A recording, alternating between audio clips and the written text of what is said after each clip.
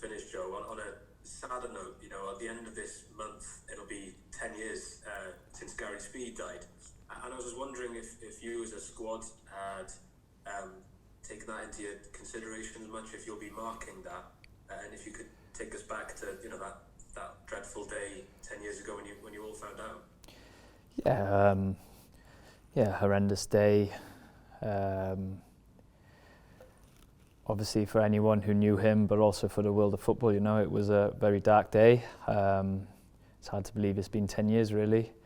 But a lot of the lads here obviously still talk about Gary very often, the influence he had on us as young players, in the squad back when he was manager, and the changes, and he revamped a lot of things, not just the football on the pitch, but off it as well. And I think we've been lucky to kind of reap the rewards of that.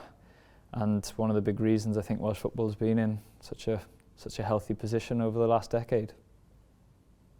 I remember the day the news broke, you were playing for Swansea that day against Aston Villa. It must have been so difficult for you as a group of players to focus on the game after being confronted with that news. It was very hard news to process, very saddening, very confusing, and I think for both sets of teams, I remember we were playing Aston Villa that day, and there were lads who obviously knew Gary well on their team as well as ours, and there was a very sombre mood at the Liberty that day, and I think the game went on to be sort of a bit of a drab 0-0, and I think I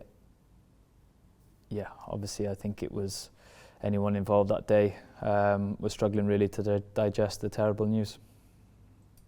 Appreciate your honesty, Joe. And just finally, given everything that Gary did for Welsh football, Euro 2016 felt like a kind of continuation of his work. So for those of you like Aaron and Gareth and Chris who've been in that squad for so long, will he be in your thoughts if you go on to qualify for a World Cup as well? Yeah, of course he will. He'll always be in our thoughts. I think you touched on it there. I think,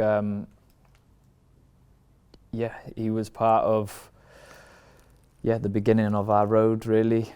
Like you say, first of all to 2016, those Euros, and everything that's come, since. I'd agree with that. Thanks. Thanks, Steph.